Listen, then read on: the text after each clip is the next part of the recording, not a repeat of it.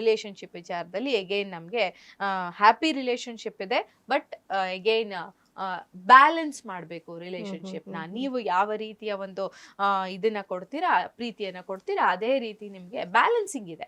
ಅಂದ್ರೆ ನೀವು ಕೊಡ್ತಾ ಇದ್ದೀರಾ ಒಂದ್ ಕಡೆಯಿಂದ, ಅದೇ ರೀತಿಯ ಒಂದು ಪ್ರೀತಿ ವಿಶ್ವಾಸ ಒಂದು ಏನಿದೆ ಅದು ನಿಮ್ಗೆ ಸಿಗ್ತಾ ಹೋಗುತ್ತೆ. ಪಾಸಿಟಿವ್ ಕಾರ್ಡ್ ಅಂತಾನೆ ಹೇಳ್ಬೋದು ಮಂಜರಿ ಅವರೇ, ಇದಕ್ಕೆ ಸಂಬಂಧಿಸಿದಂಗೆ ರಿಲೇಶನ್ಶಿಪ್ ಸಂಬಂಧಿಸಿದ ಹಾಗೆ ಅಂತ ಹೇಳ್ಬೋದು.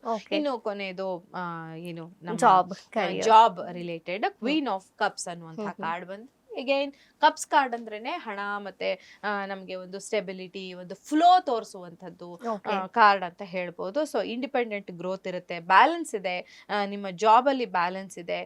ಅದರಲ್ಲೂ ಈ ಹೀಲರ್ಸ್ ಮತ್ತೆ ಈ ಮೆಡಿಕಲ್ ಫೀಲ್ಡ್ ಅಲ್ಲಿ ಇರುವಂತಹ ಡಾಕ್ಟರ್ಸ್ ಇಂಥವ್ರಿಗೆಲ್ಲ ಇದು ತುಂಬಾ ಪಾಸಿಟಿವ್ ಆದಂತಹ ಟೈಮ್.